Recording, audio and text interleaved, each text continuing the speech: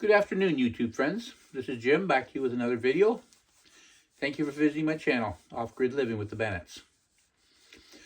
So, earlier I put out a video saying that once I hit 200 subscribers, I was going to do a special video. And today's the day. I've hit 200 subscribers. And basically this video is on how I survived getting hit by a train. You might ask yourself, why would he be doing a video like that on an off-grid channel? Well, I'll tell you. I want to have a personal connection with those that are subscribed to my channel and those that are watching my channel. I want to have more of a personal connection with you. So sometimes I will share personal things in my life. And this is something that was quite traumatic to me in the past. So I'd like to share it with you and just share life experience with you. So sit back, relax, and watch my video.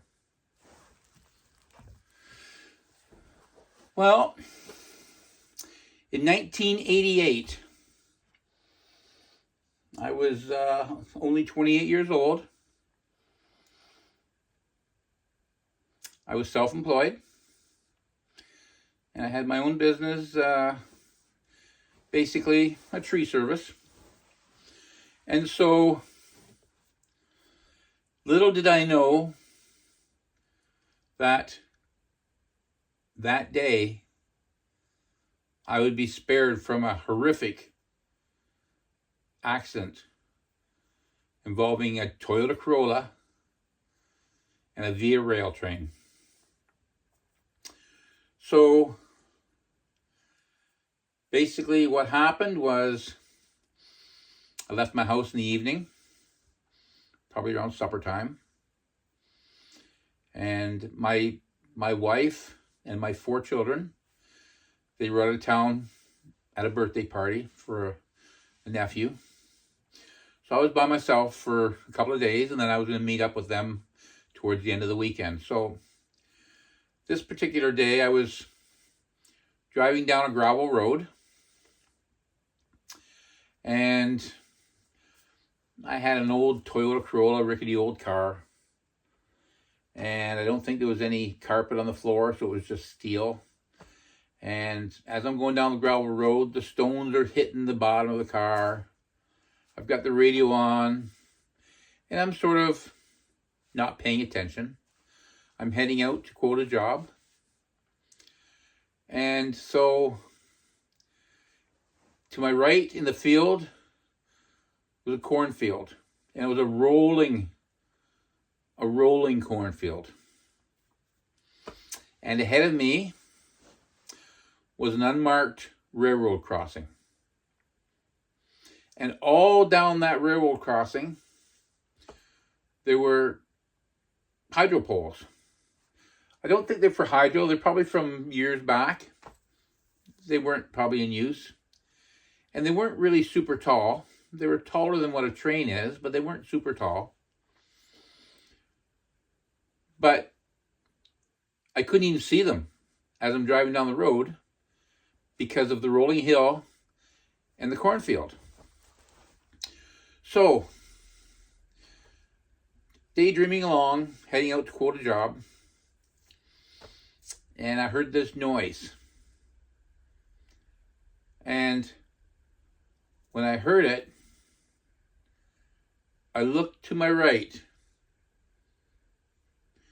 And what did I see? A train beside me. Like right there. I didn't see him way down the tracks. I wasn't trying to race him and beat him over the crossing. I was just oblivious. I know they're supposed to honk their horn, and he probably did, but I didn't hear it until that one horn. And when I heard it, my natural instinct was, what was that? So I looked to my right, and there was a train. I'm not going to say I could reach out and touch it, Wasn't that close. But it was like right almost beside me. Well, when people get in that situation, one of the first things they want to do is just lash out, like swear, whatever they do. They just, like, if a plane's going to crash, people panic. If the roof's falling in, people panic. I saw that train. 2 words came out of my mouth. It wasn't blasphemy. It was, "Oh Lord." I believe that was my prayer. "Oh Lord." I was so close to that train that I didn't even have time to touch the brake pedal. And right there on the road was a scuff mark of my car getting ripped off the road. A Toyota Corolla, very small, compact car. Well, that train took me 500 feet down the tracks.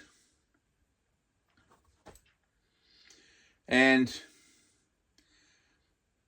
I didn't really experience much of it, because the second I saw that train, I was unconscious. I mean, the impact of a Toyota Corolla heading down the road, doing probably gravel road, probably only doing 80 kilometers an hour. The Toyota Corolla plowing down the road at 80 kilometers an hour, and a Via Rail zipping by. I don't know how fast it was going, but it was open concessions, fields. So I'm sure it wasn't going slow. Well, the second I hit that thing, I was out cold. That thing took me 500 feet down the tracks. And I was out. When I opened up my eyes, I looked up, and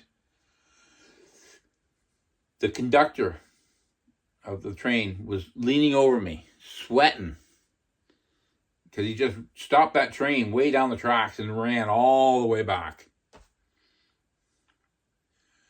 And right beside him was the ambulance attendants, which tells me I must have been out cold for 20 minutes to half an hour, because just to get from where the ambulance is to where I am, it's got to be a 20-minute drive, and then they had to get there. So 20 minutes to half an hour, I was out cold.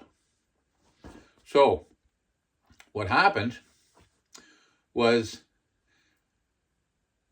the law in Canada is that you have to wear a seatbelt. That's the law. But back in 88, it wasn't the law. Back in 88, it was like, you should wear a seatbelt. Now it's like, you must wear a seatbelt. So I didn't have my seatbelt on. I was a bit of a rebel, I guess. I like to defy the rules a little bit, maybe. So I never had my seatbelt on. Well, believe it or not, when I'm driving towards that train comes down, and we met right at the engine. I met right at the back of that engine, and it threw me out of the driver's seat into the passenger seat. And when it threw me out of the driver's seat into the passenger seat, with that car spinning around all the way down the tracks, it got that steering wheel and it shoved it right into the driver's seat. Had I had my seatbelt on, yeah, it might not have been too good for me. I seen what that seat looked like when that steering wheel went into it. So it threw me into the passenger seat,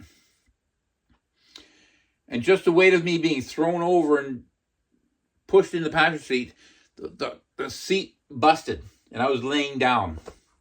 I was laying down out cold. So I opened up my eyes and I looked up at the ceiling, and there was all this blood on the ceiling, which that's not a good sign when there's blood on the ceiling like that.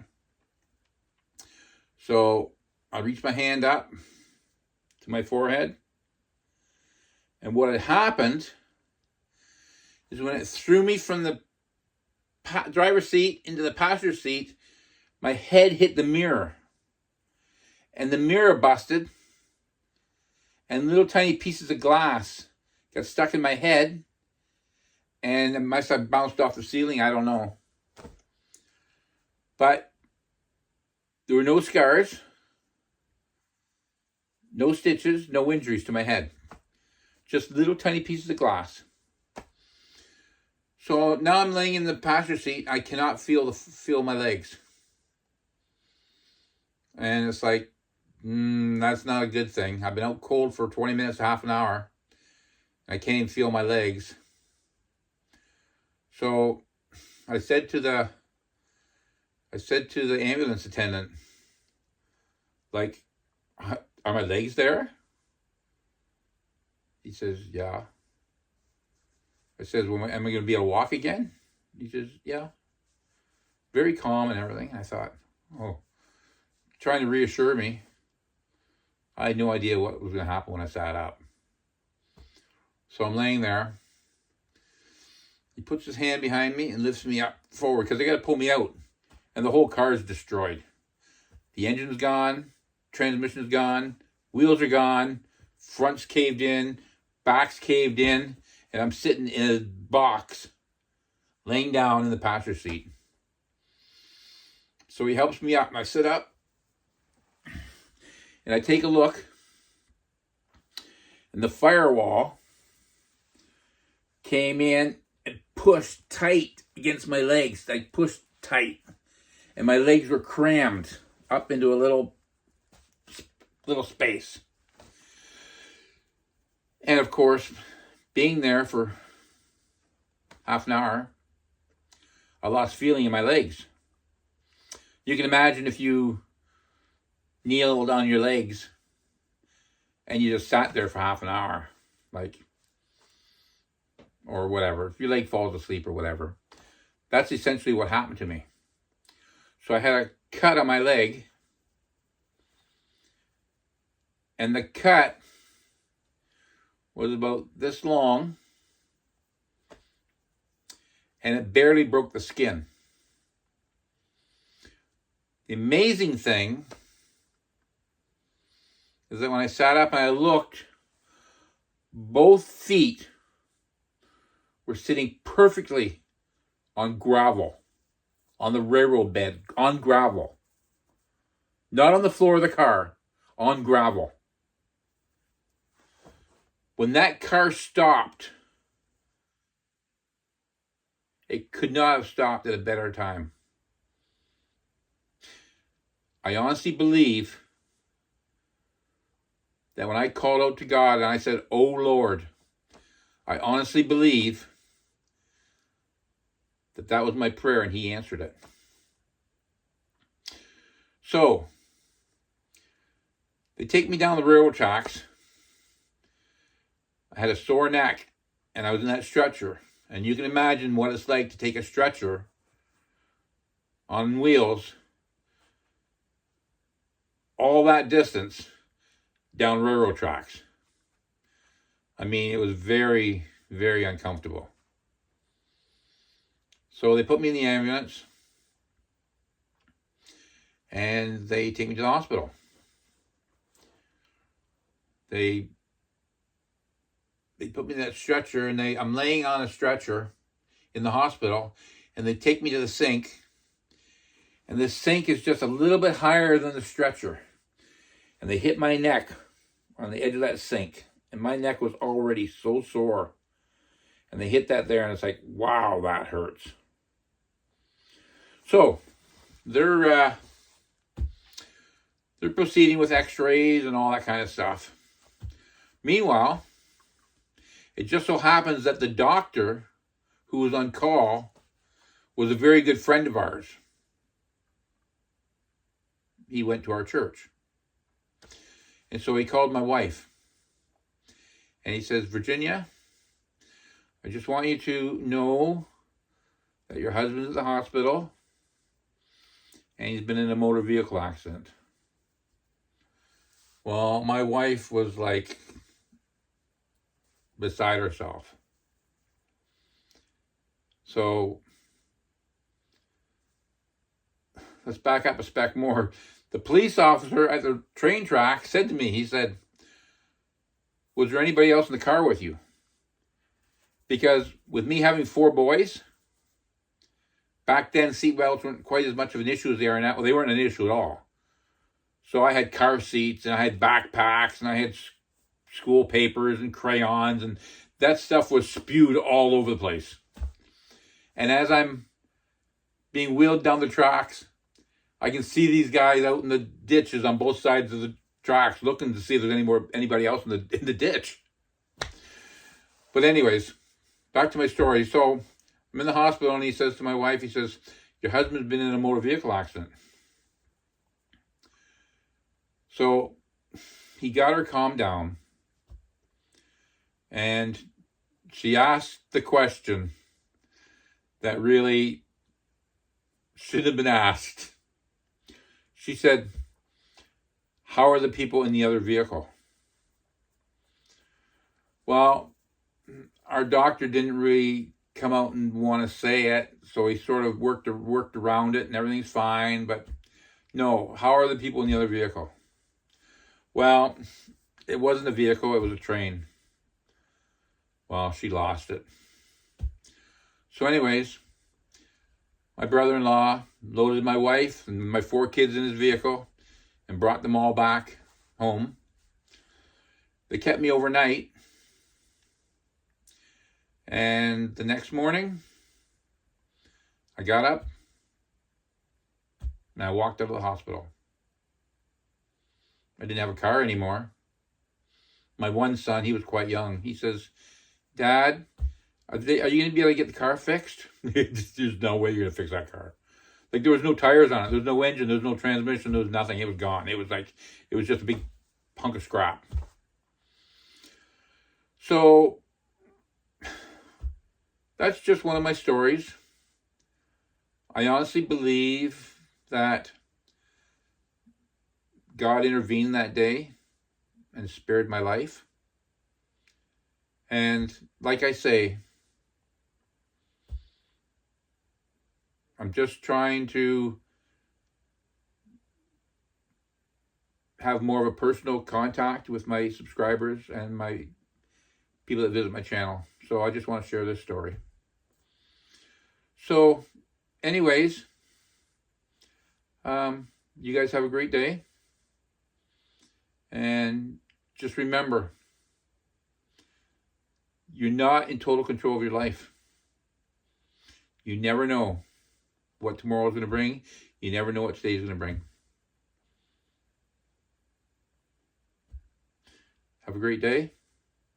And we'll talk to you next video.